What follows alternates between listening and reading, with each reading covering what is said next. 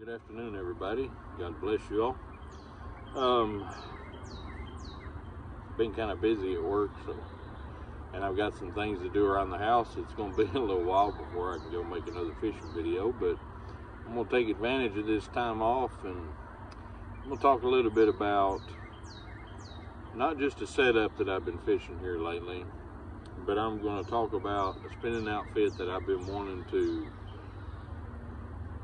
I don't know if you necessarily would call it a review, because this rod really doesn't need a review. It's a pretty famous rod. I've been extremely blessed to get it. Good Lord above is the only reason I have it. I'm amazed every time I take it out and I get the chance to use it. But I want to talk about it a little bit because I know some of you had questions about it. Just want to give you my opinion, my experiences with this Gloomis rod. Okay, so this is a Gloomis NRX Plus 822S DSR. It is a 6'10" extra fast mag medium. 1/8 ounce weights to 3/8 ounce weights is the weights that it says it can use, from 6-pound test up to 12-pound test line. Okay, this is Gloomis. I'm going to say top of the line, but they have a Conquest which is a little bit higher. But this is probably the brand of rods that all other rods are held to, as far as every fisherman out there at one point or another would love to use them. That's why I say that I know I'm extremely blessed to even have one. Okay, and I actually have this one, and I actually have their shaky head version of this same rod also, which double blessing for sure. I'm not saying you have to have these rods to do these techniques that I'm telling you. This is just my experience and my little bit of insight of what I've learned with this rod. Okay, I absolutely love throwing a drop shot. Years ago, and when I mean years ago, I'm talking probably 10 or 12 years ago, maybe even longer than that. I remember sitting down and watching. Well, it probably was closer to 18 years ago, maybe 17, 18 years ago.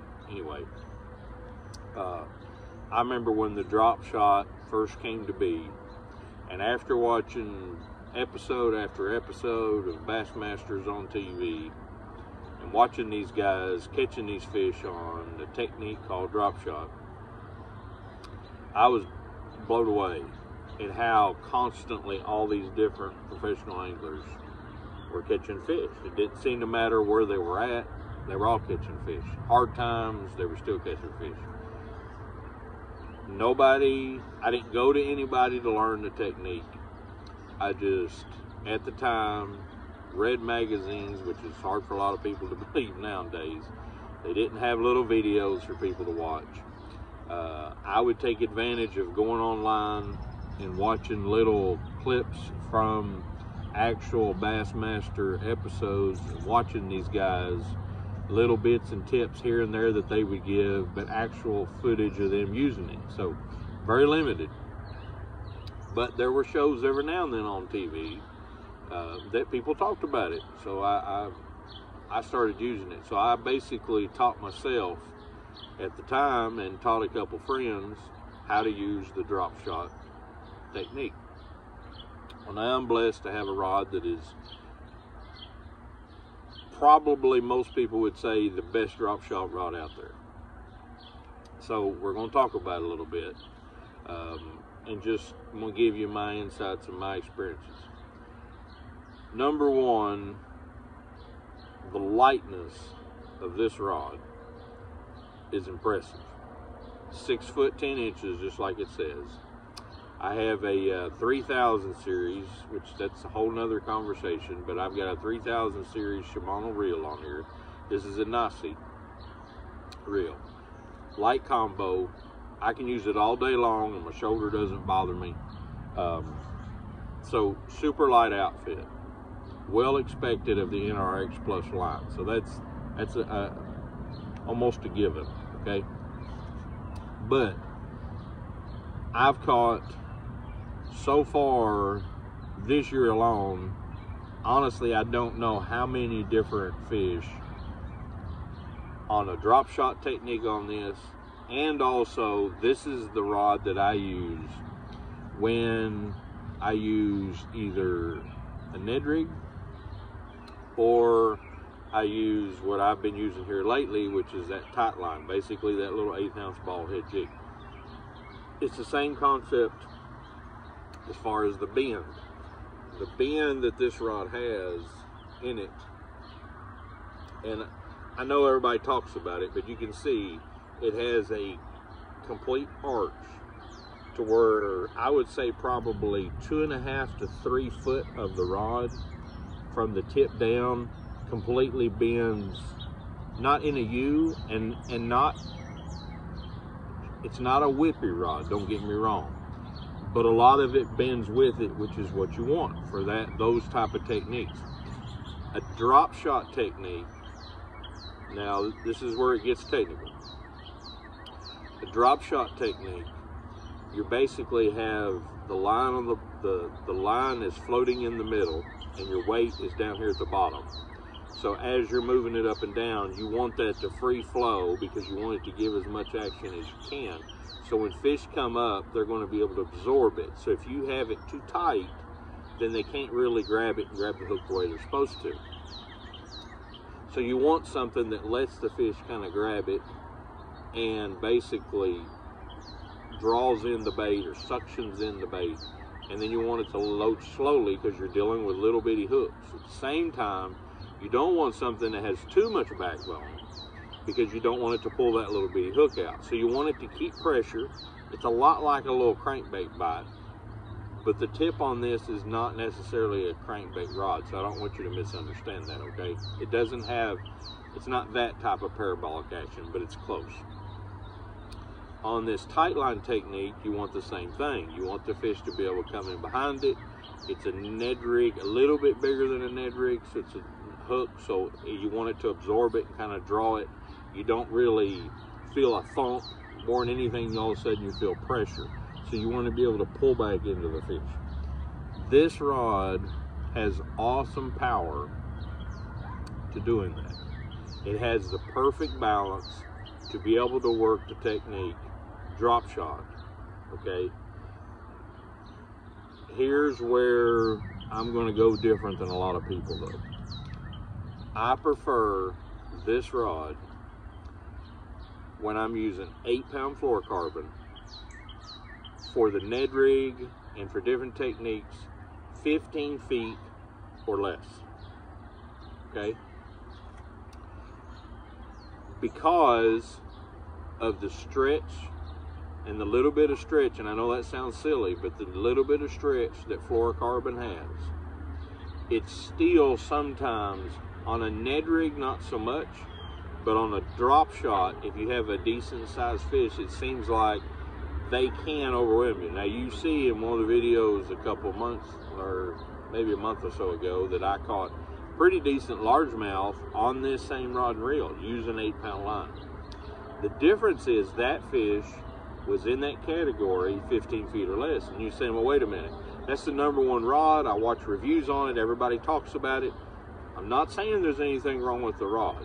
I'm just telling you my experiences and the limitations that I see with it, okay? The difference when you watch these videos online, and most people don't pay attention to this, most of the guys that are talking about this rod and talking about these techniques, they like this parabolic action of the rod. It's perfect, but they're not using 100% fluorocarbon line. They're not using it as their main line and whatever's attached to their bait. Most people, and this is something you have to pay attention when you're watching these rod reviews, a lot of people miss this. Most of them are using braided line. When you go to a braided line, here's how it works. If you were using a medium heavy action rod and you go to a braided line with a medium action rod, you basically got the same hook setting power. That's the difference. I can use a medium heavy rod and go to fluorocarbon line, and I've got the same hook setting power as a person who goes to a medium rod with the braided line. A lot of people completely miss that. So what happens? Can I hook fish with this and deeper? Yes, you can. When you get around fish that's smallmouth, a little bit larger fish, a lot of times they hook themselves, because when you pick up on the line, they pull back, they dig, they basically hook themselves. When you deal with smaller fish a lot of times, and you're talking about 20, 30 foot deep, and you're fishing this fluorocarbon line, you're going to face sometimes, if you're vertically, sure. But when those fish are swimming off in front of you, when they're swimming off to the left, sometimes the angle that you're in, there's a chance you might lose that fish. Why? Because this line will stretch a little bit, and the more line you have out, the more opportunity there is for line stretch. That's why you see a lot of those guys go to a 7 foot, 7'6" rod. Why? Because they get a lot more bend in that rod, a lot more give, they get a lot more ability to play that fish. So here's the thing, and a lot of people would say, well, then that means this isn't a very good drop shot rod. That's not what I'm saying. If you're sitting there and you're one of these people that sits directly over the boat, like you know there's a stump right under you, say for instance, I don't really use my depth finder that way a lot, but if I see that there's a tree there and I want to drop it straight down, I don't want to be 10 feet away from that tree and sit there and hold my rod like a crappie rod. I'm maybe right over top of it and I'll drop my line down. I've done it with this rod several times and fish right beside me in 15 foot of water. I've hooked them, brought them in the boat. So it's easier on my shoulder to have a 6'10". I'm just telling you, these are the experiences that I've run into, and I know the limitations of this rod. I know what it can and can't do because I've used it, but I wanted to pass that along because I know a lot of people that hey, I'd love to get that rod. You may run across an opportunity and be like, well, I've never really used one. Or, hey, I'm thinking about buying one. This is the things that I want you to know, because the first thing everybody's going to say, well, if it's an RX, that's the best. I'm going to tell you that it is the best quality rod out there, in my opinion. It is. Super lightweight. Sensitivity is unreal, what you can feel on this.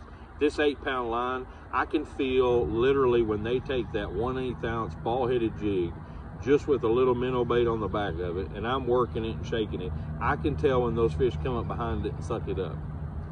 Almost as good as I can tell when they come up behind a swim bait or a spinner bait, and you feel that water move off of that spinner bait. It's amazing the sensitivity that you have on this rod. Unbelievable. But like I said, just know, can it handle big fish? Yes, it can handle big fish. But I'm just telling you that when you get to that deeper than 15, maybe 20 feet, the more stretch you have in this line, the harder it's going to be for you to get a decent hook set sometimes. That's why it's very important for you to get quality hooks. You know, if you get a cheaper brand of hook, you may not be able to drive it with this different system, okay? And I know that you don't really set the hook. That's not what I'm talking about. You reel set it. Well, even when you reel set it, sometimes if you don't watch out and you got too big of a gauge of a wire on your hook, that hook's not going to set right for you, okay? That's something that a lot of people don't think about when they go out and get rods. They just go by the name brand and say, well, it's the best and that's it. Then they get it and then they get frustrated because it's not working the way they wanted it to do.